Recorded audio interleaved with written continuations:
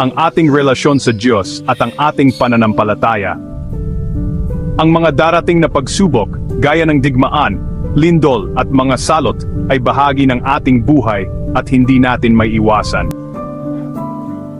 Ngunit, sa kabila ng mga ito, pinapaalalahanan tayo ni Jesus na huwag matakot at huwag sumunod sa mga maling guro na nag-aalok ng maling pag-asa.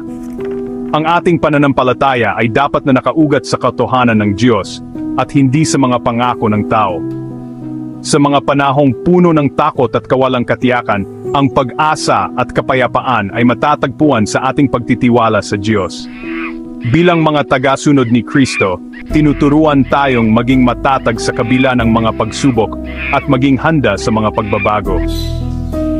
Ang buhay ay puno ng hindi tiyak, ngunit sa ating pananampalataya, makikita natin ang liwanag sa gitna ng dilim.